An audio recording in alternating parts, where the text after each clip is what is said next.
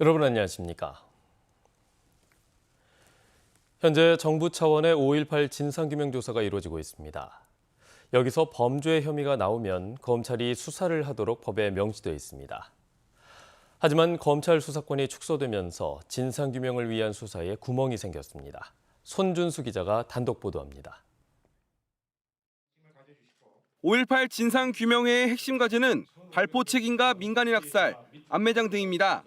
출범 2년 5개월이 지났지만 핵심 과제의 조사 진도율은 절반밖에 되지 않습니다. 강제조사 권한이 없어 진실규명이 어렵다는 게 조사위 측 설명입니다. 진실의 고백을 기다리는데 이 사람들은 전혀 그럴 의향이 없어요. 우리 민간 조사관이 아무리 들이밀어도 그 한계를 벗어날 수가 없어요. 난간을 뚫고 범죄 혐의를 밝히더라도 수사가 여의치 않게 됐습니다. 5.18 진상규명법에는 검찰총장에게 고발하도록 하고 검찰총장은 검사를 지켜 수사하도록 돼 있습니다. 하지만 검찰 수사권이 부정부패와 경제 분야로 축소되면서 검찰 수사 영역을 벗어날 여지가 큽니다. 5.18 조사위는 수사 도움을 받지 못하는 진상규명 조사의 한계를 크게 우려합니다.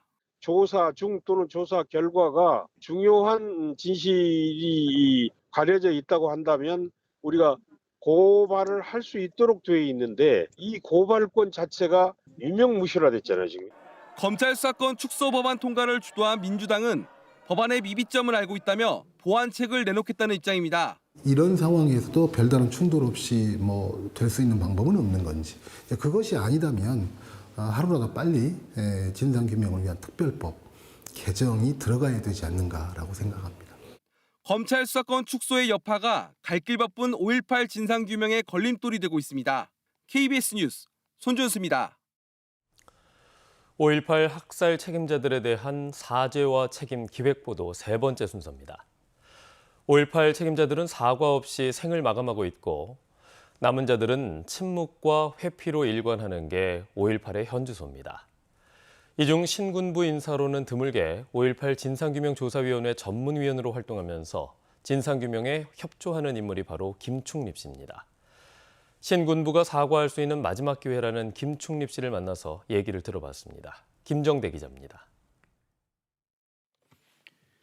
김충립 씨는 1980년 5월 광주에 투입된 공수부대 총지휘관이었던 정호용 특전사령관을 보좌했습니다. 김 씨는 정호용 씨와 함께 2013년부터 신군부 책임자들을 만나며 5.18과의 화해를 요청했다고 말합니다. 5.18 단체에는 화해에 응해줄 것을 부탁했습니다. 전두환 씨한테 그때 김일한테 당신 와라. 그리고 당신 군인이니까 개남 맞을 정도는 가고나. 그 결과 2016년에 전두환 씨의 사과 결심과 화해 요청서를 받아냈지만 민정기 전 비서관 등 측근들의 방해로 무산됐다는 게 김 씨 주장입니다. 민정기가 하는 말이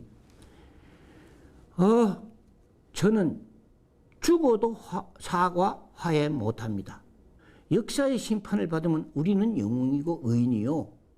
그런데 역사적 심판을 앞으로 두고 있는데 민정기 씨는 당시 모임이 공식적인 입장 표명 자리가 아니었다며 의미를 일축했습니다.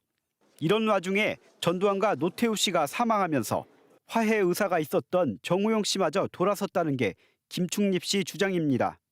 노태우가 사망하고 또 그리고 전두환 씨는 정호용 씨 미국 간 다음에 사망했어.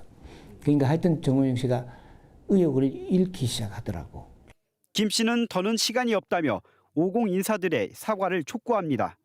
특히 전두환 씨가 사과 의사를 밝혔을 때 옆에 있었던 이순자 씨가 입장을 내야 한다고 말합니다. 그분은 결단을 내야 돼. 화합행위나 민정이 얘기지 아니하고 자식들을 위하여.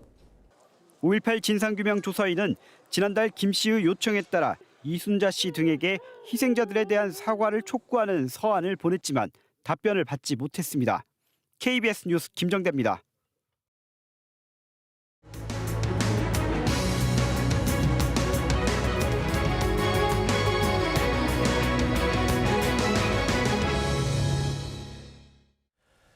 (6.1) 지방선거를 앞두고 KBS가 마련한 기획보도 격전지를 가다 순서입니다. 오늘은 민주당 후보와 전직 시장 출신의 무소속 후보 등 모두 3명이 출마한 순천시장 선거 소식을 전해드립니다. 백미선 기자입니다. 순천시장 선거는 민주당 오화근 후보와 무소속으로 출마한 노관규, 이영준 후보의 3파전입니다. 일단 초반 선거전은 결선 투표 끝에 공천을 받은 민주당 오화근 후보와 1차 컷오프 뒤 탈당해 무소속으로 출마한 노관규 후보 간 양강 대결 구도입니다. 전남도의원을 지낸 오화근 후보는 실물 경제와 의정 활동을 두루 경험한 것을 강조하고 있습니다.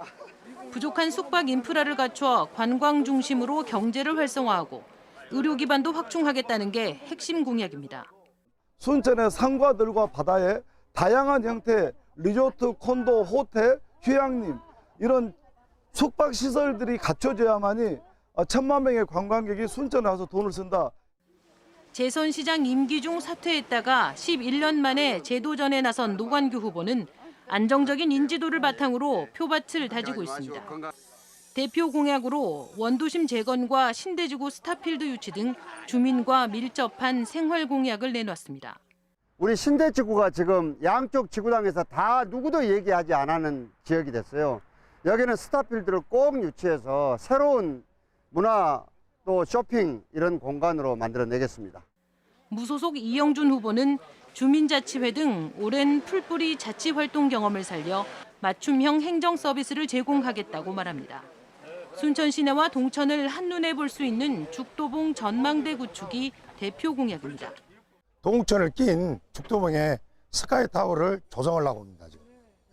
거기를 연결해서 옥천 쪽으로 올라가서 한옥마을, 좌우로 한옥마을을 조성을 생각하고 있습니다. 지금.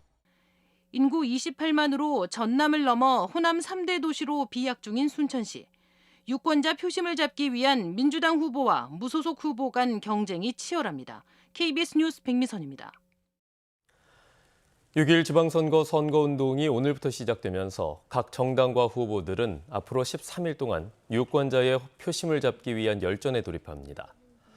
광역단체장과 시도교육감, 기초단체장과 광역의원 등 431명을 뽑는 광주와 전남 지역에서는 826명의 출사표를 던져서 평균 1.9대 1의 경쟁률을 보였습니다.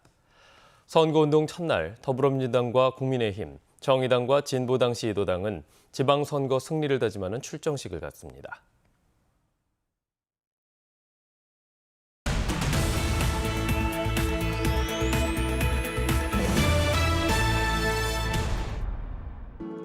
(5.18) 민중항쟁 목포행사위원회가 목포 근대역사관에서 42주년 5.18 민주화운동 기념식을 열었습니다.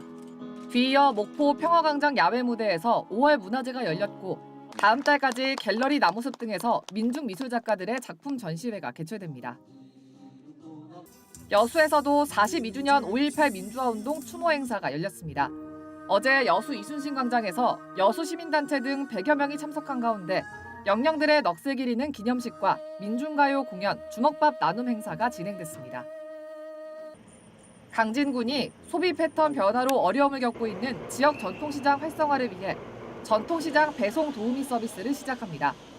배송 도우미 서비스는 강진읍 전통시장에서 고객이 구입한 물품을 인근 주차장이나 버스 승강장까지 운반해주는 서비스입니다. 전남도립대학교와 국립전파연구원이 정보통신기술 인력 양성에 협력하는 업무협약식을 체결했습니다. 주요 협약 내용은 4차 산업혁명 관련 교육과정 설계와 전파방송 분야의 기술정보 교류 협력을 위한 현장 실습 지원 등입니다. 지금까지 단신브리핑이었습니다.